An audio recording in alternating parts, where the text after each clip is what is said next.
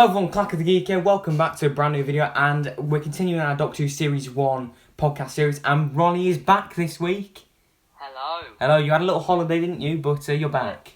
Yes, and I've only got one simple explanation. It's called GCSEs. So that ends that. But yeah, it's good to be back, and yeah, what was it like without me last week? Was it boring? A little bit, yeah. I missed the banter. You know, our banter was great, but yes. Just quickly before we get started, what are your quick thoughts on the long game? Considering, Well, to be honest, give a little score and a little summary. The long game. Rewatching it over the years, I like it.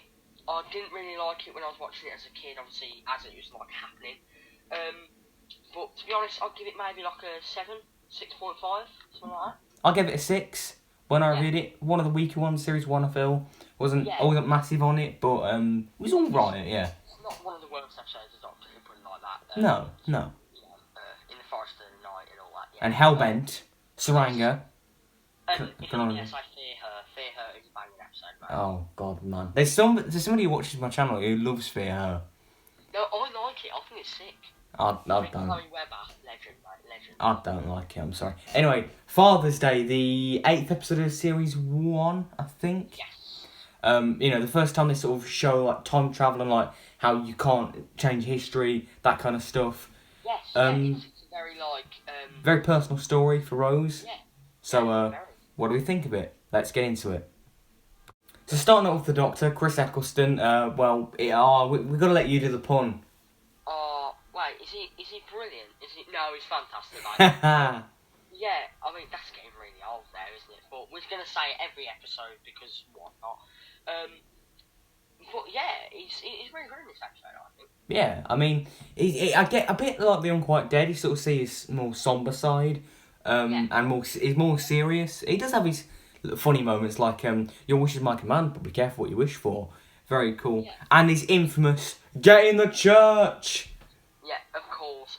Doctor Who poop. They made that an amazing line. But yeah, and to be honest, now that I think about it, in this episode, it's sort of the first episode of the New Who where Rose is sort of like, well, companion anyway, is sort of having to save the day without the Doctor. Yeah, because the Doctor it's the first time we have like the Doctor dies in New Who, at least, I think, because obviously he dies because of the Reapers and stuff. So he doesn't do as much, but I think he's really good in it. And there's some amazing speeches, and the way he tries to take control in the church and, like, you know, helping everyone. And that speech that he gives to Sarah and the guy, like, I've never met somebody. I've 900 years of travelling. I've never met someone who was unimportant. I love that speech. It's and it's like, it does show that even though the Doctor is this, you know, Time Lord and this alien from another world, he still understands humans. Yeah. And like, obviously he understands. I suppose that's sort of a nod to the like classic stories, and saying that, you know, what he's used to, like Sarah and Jane, for example. So yeah. So now let's talk about Rose. I think that Rose is really good in this episode. It's very much a story focusing on her, but I think she's great in it. It really is, like, obviously, I'm going to use a Family Guy term here. When they say, like, it's a Meg episode, like, this is a Rose episode. Like, yeah, like a character-centric one.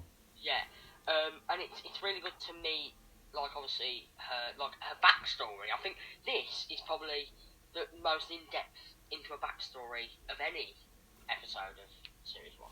Probably, yeah, to be fair.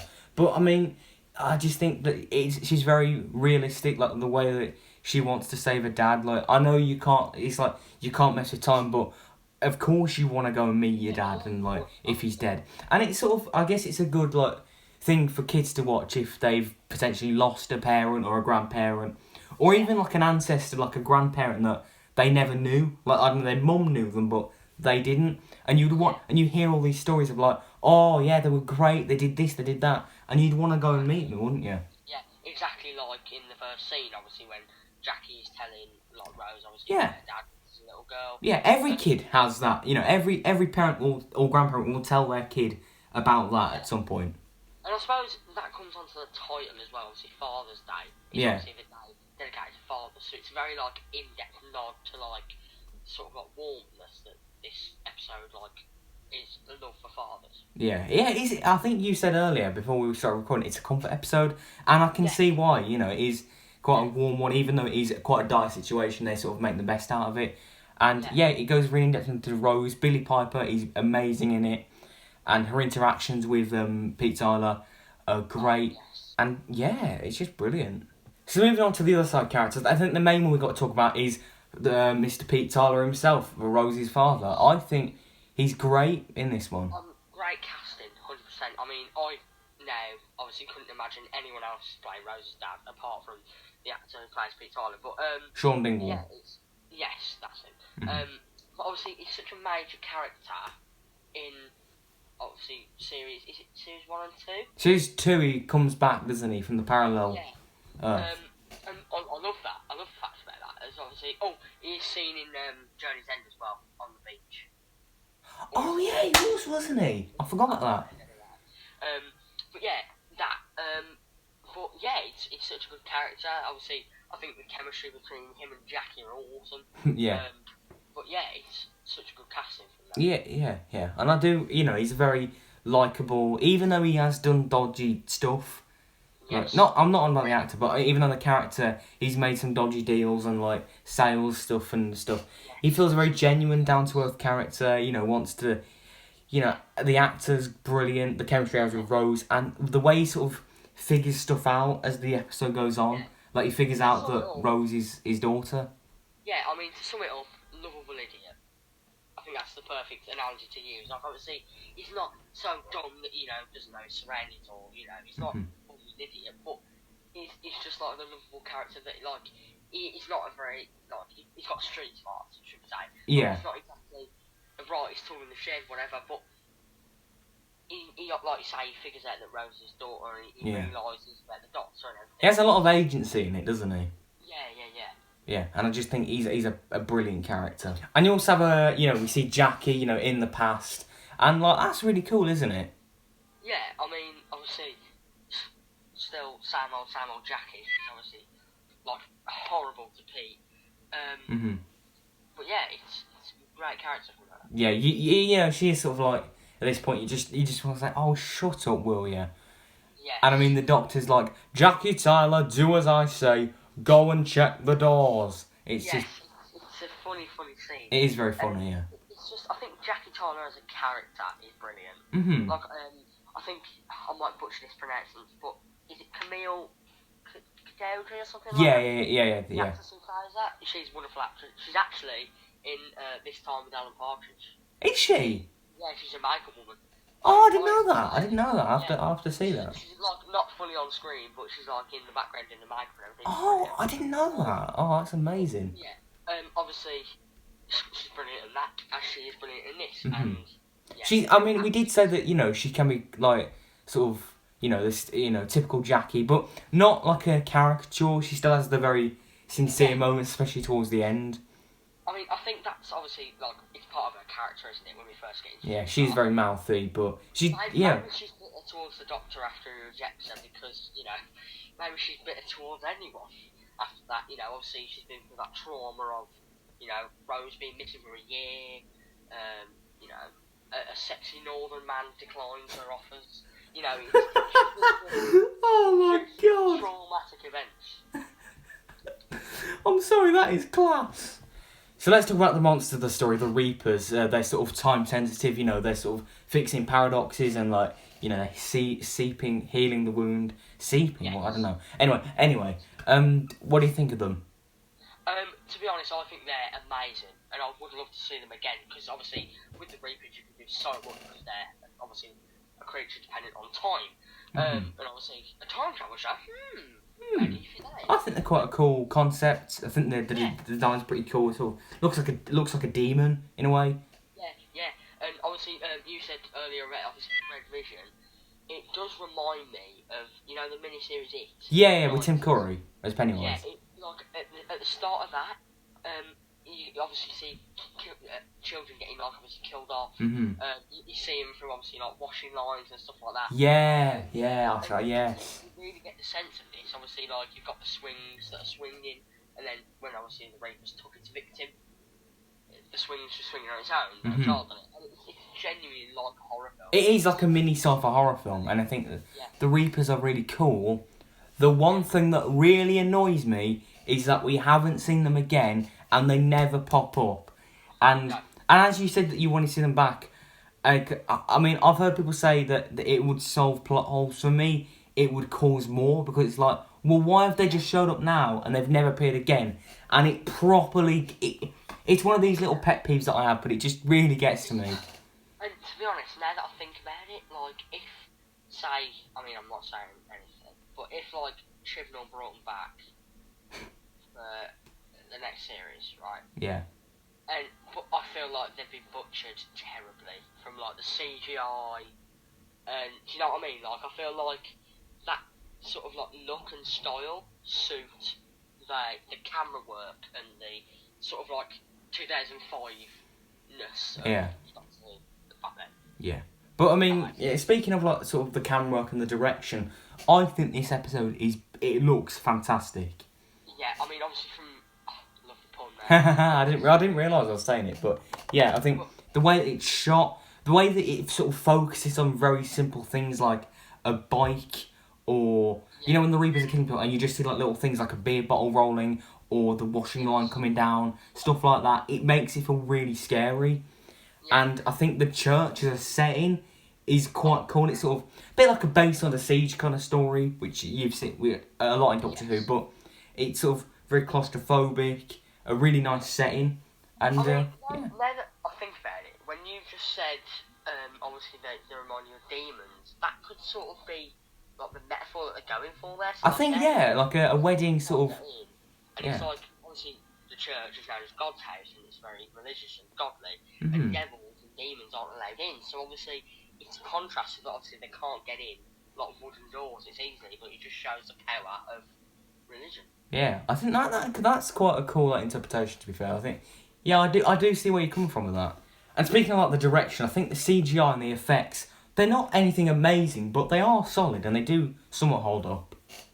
Yeah, I mean, obviously, like you say, it's not exactly the best for, 2005, it's obviously all they've got, they're working on, obviously, the new budget, but they still deliver off this new series of Doctor Who, and obviously, the CGI improves over the years, obviously, with the Dalek battleships later on in the series we'll talk about. Yeah. But, it's really good from the little subtle CGI stuff, like the TARDIS in the church, and, like, the little glows.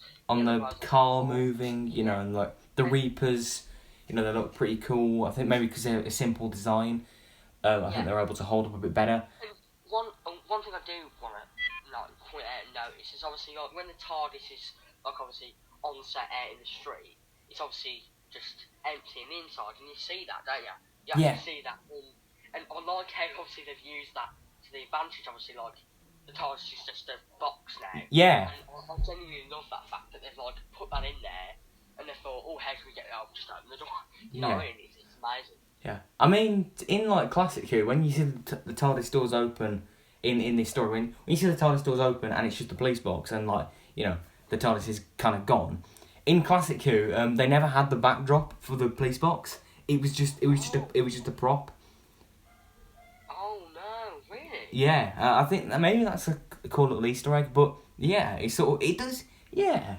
That's mad. So, yeah. oh my god. But yeah, in terms of like the direction, it's got some great imagery, like the car constantly disappearing, the Reapers, the church, the TARDIS reforming. Like, I just think it's a very surreal story, some really good concepts, and a great sci-fi story. Sort of like that real to life feel. Yeah, I think because it is a very personal story, and it's about a character that we've come to love at this point. Yeah. I think it really hits harder. I mean, this episode, as we're talking about it sounds just wonderful and magical. Yeah, it's quite magical. It does feel almost like a Moffat story, like something you get in the Matt Smith Capaldi era, maybe. Yeah, it's an amazing episode. Yeah, so shall we go into like final thoughts and like scores out of 10 and such? So, summary. Oh, I was going to say, do we want to cover time? Like 1987, do you want to cover that? Oh, actually, yes. They do get the time period very well, and it's kind of cool revisiting like more modern history, like quite recent. Yeah, and obviously, I think this might be like the most recent, obviously in Fear Her it's 2012, and you've got stuff like that, obviously in modern day Earth. But, I like, mean, there this is was obviously Matt like Smith, the 87. Cold War one in Matt Smith's era Oh yeah. with the Ice Was that Warriors series. 84, was it? Eh? Was that 89, 84? Something like that? 83, I think it was. But yeah, that was around this time though. But yeah, like But yeah, they do get the time period of like it does feel quite Only Fools and Horses esque.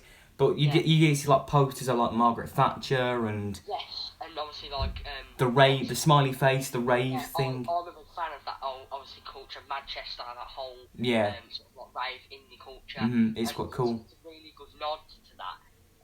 But obviously like in the car, I know we're gonna talk about this, but obviously Never Gonna Give You Up is played. One of the greatest songs ever, the Rick Roll before the Rick Roll was even a thing. Some say that Doctor Who actually started the Rick Roll. I say it did. Yeah. But it's also a small little nod, obviously, when Rose said this isn't out yet, and it's obviously a song from 2003, Don't Mug Yourself by the Streets, and it's a cool little nod to show that the Reapers are literally messing with time and putting it all out of place, and it's amazing. Yeah. So now let's get on to the final thoughts now. Overall, I think as a Doctor Who story, because of the Reapers, it does kind of annoy me slightly. But as a piece of fiction, I think it's perfect.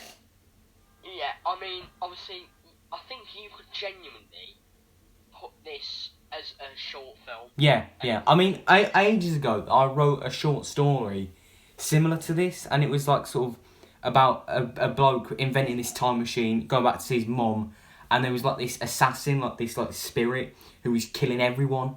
It was a bit similar to this. But yeah, you could make it like its own short film, and people would love it. And to be honest, now that I think about it, right, it's that, see, whenever we're doing these episodes, I always have a quick anecdote in mind, but it sort of is like the nod to what people would do if they had a time machine. Yeah, it feels very realistic. Like they'd go back and see themselves, or they'd see the parents, or, you know, they'd see the grandparents, you know, something that they miss and want really bad. So it sort of is a nod to, like, if time travel is real, this is what they do. Yeah. And, you know, it's I keep using the word, but magical. Overall, I would give it an 8.5 out of 10. Overall, I would give it... Are you ready for this? I'm ready. Give it a 9 out of 10. I'm very close to give it a 9. I just think that the Reapers do get on my nerves a bit. Like I say, it's not a 10 out of 10, 100%, you know. No. I'm pretty sure there is going to be one for Series 1 soon, though, but... Oh, yeah. It's genuinely, like, it's magical. Absolutely Yeah. magical. But, Oh, and the music as well. That piano motif is beautiful. Yes. I love it. I adore it. Like in the intro, when obviously they've got the picture of Pete Tyler and they're zooming in on it, like, Pete Tyler, my dad. Yeah. No, it's the one... It's the one that goes da da da do do do. Yes. It's absolutely beautiful. So that's the end of the podcast. Hope you enjoyed it. You know, it's great to have Ronnie back on it. Oh yes. Yes, and hopefully, you know, we're nearly done with this. We've only got 3 stories to go. Oh, bloody hell. Oh man, Jesus. this is mad. But yeah, hope you enjoyed it. What do you think of Father's Day? Do you love it? Do you not like it? Let us know in the comments below. Be sure to like and subscribe and click the notification bell. Also, cheers for 200 subscribers. I'm over the moon by it. And a special video will be coming soon. And that's all we really need to say. And we've missed this, haven't we? Yes, I definitely have missed this. But I have just got one more note to say. Sub to RonaparTV.